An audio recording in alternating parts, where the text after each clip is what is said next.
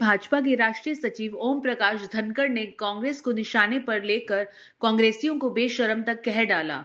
उन्होंने कहा कि भारत एक राष्ट्र एक चुनाव होने पर विकसित होगा। उन्होंने दावा किया कि जल्द भाजपा प्रदेश अध्यक्ष की नियुक्ति होगी। वहीं राज्यसभा चुनाव को लेकर भी उन्होंने कहा कि मुख्यमंत्री की अगुवाई में पैनल के नाम केंद्रीय चुनाव समिति को जाएंगे। जर्नलिस्ट क्लब भिवानी की तरफ से एक राष्ट्र एक चुनाव एवं मीडिया सेमिनार के आयोजन किया गया। कार्यक्रम में एक देश एक चुनाव समिति के स्वागत अध्यक्ष डॉक्टर विनोद अंचल ने इस कार्यक्रम में महत्वपूर्ण भूमिका अदा की। पंचायत भवन में आयोजित इस कार्यक्रम में भाजपा के राष्ट्रीय सचिव ओम प्रकाश धनखड़ बतौर मुख्य अतिथि पहुंचे थे। वीडियो जर्नलिस्ट साक्षी खन्ना के साथ दीपक मुटरेजा की खास रिपोर्ट। भारत को एक विकसित भारत के विजन सपने के साथ जो भारत बढ़ रहा है, उसका रास्ता एक राष्ट्र एक चुनाव से होकर जाता है। कई बड़ी बड़ी बातें एक राष्ट्र एक चुनाव से ठीक हो जाएंगी।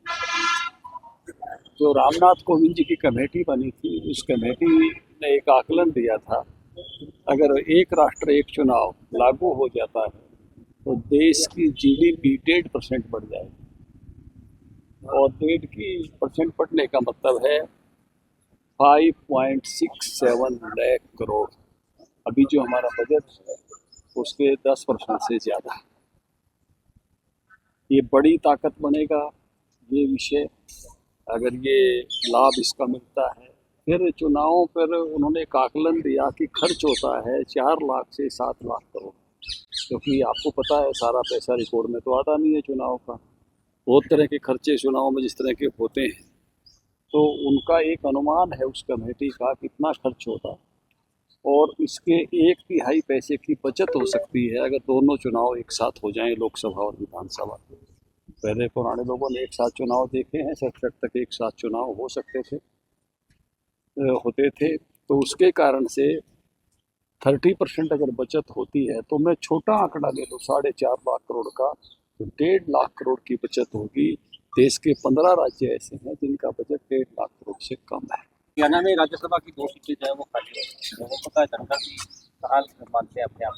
वैयक्तिक विषय भारतीय जनता पार्टी में कभी महत्व नहीं रखते हैं। कल हम बैठे थे मुख्यमंत्री जी के निवास पे, हमारी कोर ग्रुप की बैठक थी, और वहाँ चर्चा करके जो जितने भी विषय आए वो सब मीडिया में भी चले हुए, वो सारे नाम जो है वो मुख्यमंत्री जी को अधिकार दे दिया, प्रदेश अध्यक्ष को अधिकार दे दिया।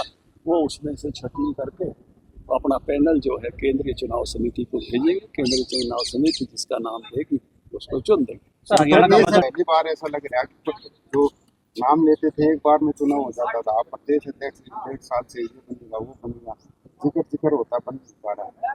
कोई कठिनाई नहीं है। जिस दिन भी अब तो राष्ट्रीय अध्यक्ष का चुनाव हो गया है, जिस दिन भी राष्ट्रीय अध्यक्ष की चिट्ठी देंगे उसी दिन तय हो जाएंगे, उसमें कोई अब ऐसा विषय नहीं।